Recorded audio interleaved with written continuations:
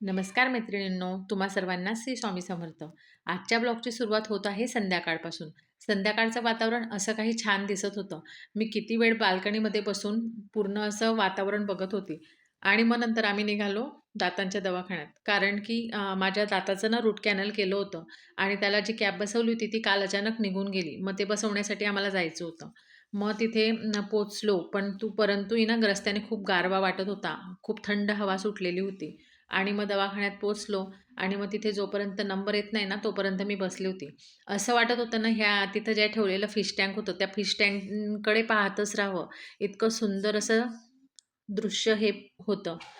मग नंतर थोड्या वेळाने माझा नंबर लागला आणि मग मी आत गेली आणि जी दातांची क्लिप होती ती बसवून घेतली. पुन्हा घराच्या दिशेने निघालो आणि साईसाठी रस्त्यात जाताना पतंग घेतला.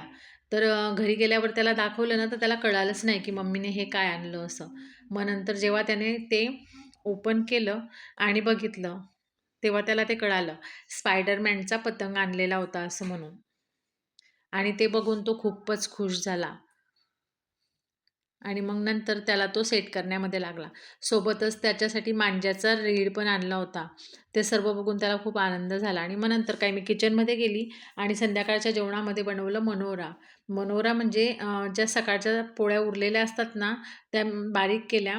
त्यात थोडे पोहे पण घेतले मी आणि त्या बारीक केल्या आणि कांदा, मिरची, लसूण हे कट करून घेतलं.